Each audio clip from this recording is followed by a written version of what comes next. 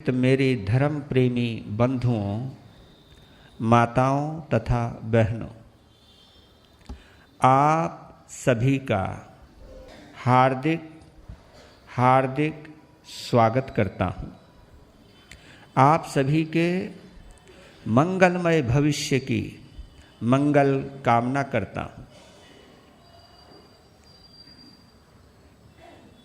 सभी को पर्वाधिराज पर्युषणों के दूसरे दिन की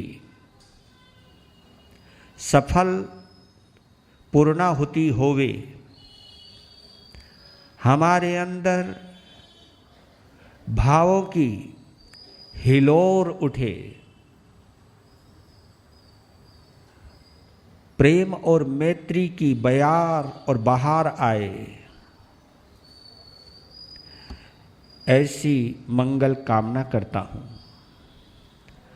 जो भी वीर आत्माएं, भव्य आत्माएं इन पर्वों की आराधना में संलग्न हैं, चाहे तप रूप में, चाहे जप रूप में, चाहे प्रत्याख्यान के रूप में, चाहे शास्त्र श्रवण के रूप में, चाहे दान करने के रूप में, किसी भी तरह से, किसी भी भाव से इन पर्वों की आराधना में जो भी संलग्न हैं, उन सभी वीर आत्माओं का मैं हार्दिक अभिनंदन करता हूँ।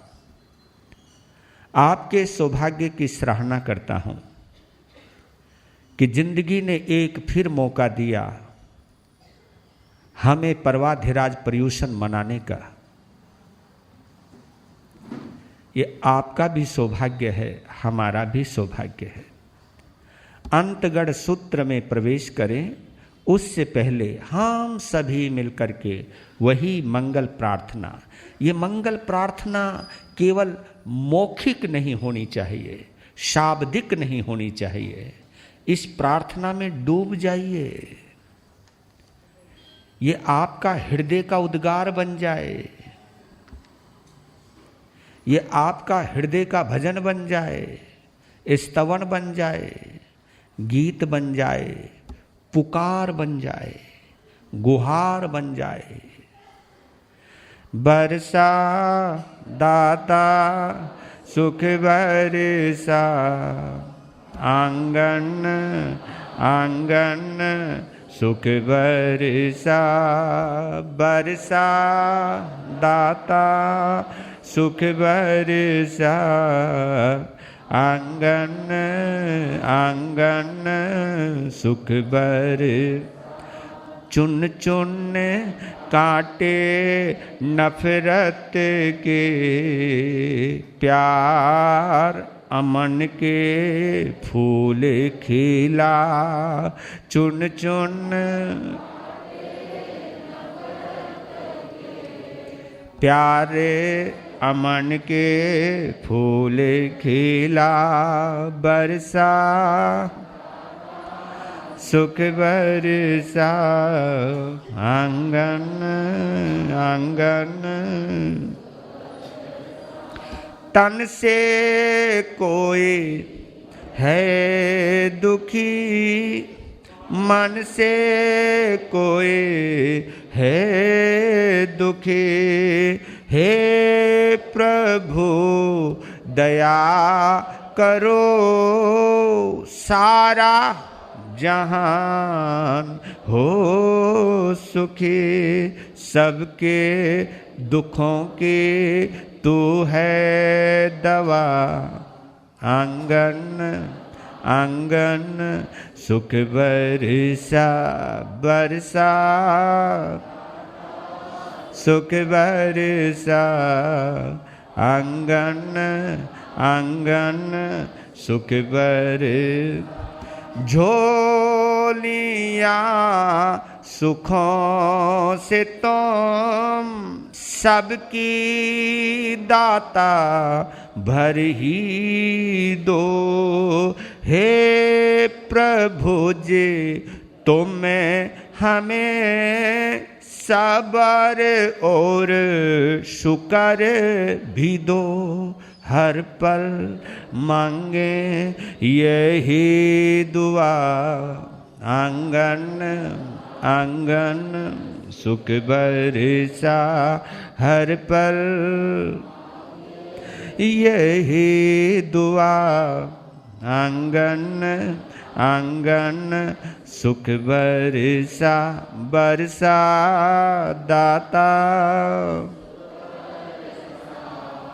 आंगन आंगन सुख बर, वैर कलेश को मिटा, दाता सकल संसार से।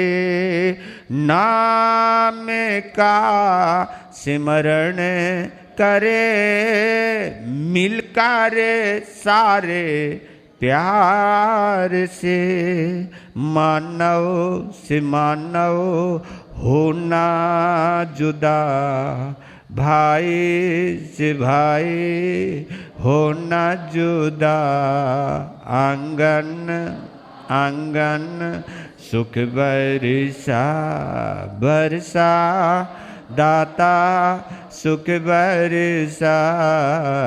आंगन आंगन सुख बरसा, चुन चुन कांटे नफरत के, प्यारे अमन के फूल खिला।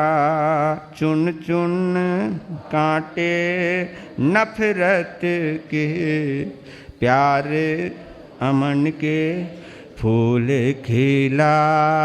बरसा दाता सुख बरसा, आंगन आंगन सुख बरसा। बोलिए शासनपति भगवान महावीर स्वामी की, बोलिए गणधर श्री सुधर्मा स्वामी भगवान की, बोलिए अंतिम केवली श्री जम्बू स्वामी भगवान की।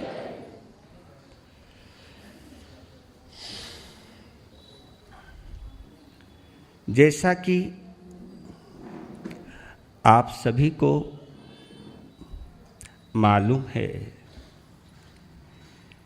इन 8 पवित्र दिनों में अंतगढ़ सूत्र के माध्यम से उन 90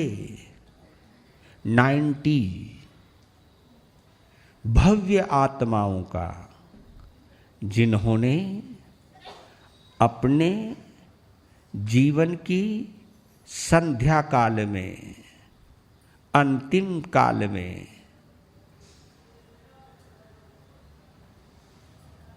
केवल ज्ञान और निर्वाण को प्राप्त किया, ऐसी 90 भव्य आत्माओं का कलेक्शन संग्रहित है इसके अंदर। उनका भाव पूर्वक स्मरण कर रहे हैं हम।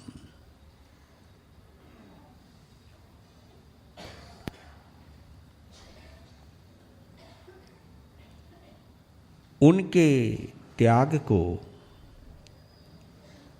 उनकी तपस्या को, उनके कर्म निर्जरा करने के तौर तरीके को, उनकी भावों की संपदा को देखने का, सुनने का, समझने का शुभ अवसर मिला है। हमारे में से क्या पता इन भव्य आत्माओं के समय में हमारे में से कोई ना कोई मौजूद हो।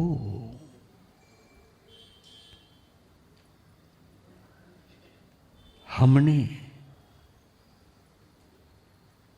इन भव्य आत्माओं का वर्णन सुनते सुनते इतने भावुक हुए हों कि हमारी पुण्यवाणी ने दोबारा फिर मौका दिया उन भव्य आत्माओं का वर्णन सुनने के लिए। हम सभी आनंद के साथ, हर्ष के साथ, आह्लाद के साथ अपने सौभाग्य की अनुमोदना करें दिल के साथ, क्योंकि जब कोई चीज आपको मिलती है अद्भुत, दुनिया की चीज कितनी खुशी मिलती है, लेकिन ये अद्भुत से भी अद्भुत है कि हमको पुनः एक बार उन महान पुरुषों की दिव्य गाथा सुनने का सौभाग्य मिल रहा है। ये परम सौभाग्य है। लीजिए, 8वां अध्ययन है।